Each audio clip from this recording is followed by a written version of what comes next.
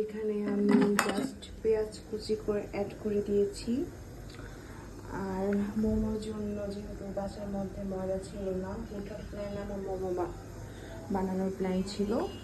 আর এখানে মোমোর জন্য জাস্ট গরম পানি করে নিচ্ছি, জাস্ট অল্প একটু হালকা গরম হলেই আমি এটা মিক্সড করবো। আর আমি নর্মাল টেম্পারেচারের যে পানিটা থাকে ওটা দিয়ে আমি কাই করতে পারি না, মানে কাই মোমোর যেই কাইটা থাকে ওটা আমি করতে পারি না, যেহেতু কাইয়ের ভালো সত্য কথাটা আমার মাথায় আসতেছে না, তাই আমি আঞ্চলিক ভাষায় বলছি এটাকে আমরা কাই বলে থাকি। আর গরম পানিটা দিলে হয় কি সুন্দরভাবে আর কি আমি এটা মিক্সটা করতে পারি। আর এখানে দেখেন কিন্তু অনেক ডিস্টার্ব করতেছে, এতটুকু হবে কারণ ভেতরে পুরটাও তো বেশি নাই, এতটুকু হবে না।